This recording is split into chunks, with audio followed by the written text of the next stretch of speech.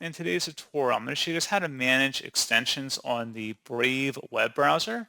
So this should hopefully be a pretty straightforward process here, guys. And without further ado, let's go ahead and jump right into it.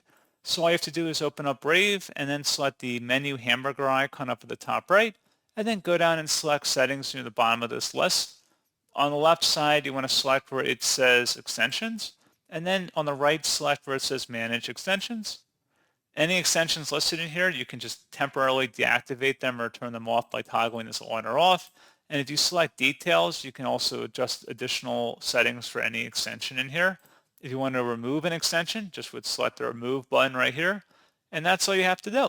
And if you wanted to add any new extensions, you would select the web store link right up here at the top, and it would take you to the Chrome web store, and then you could get extensions from the Chrome web store, and they would be compatible with the Brave browser.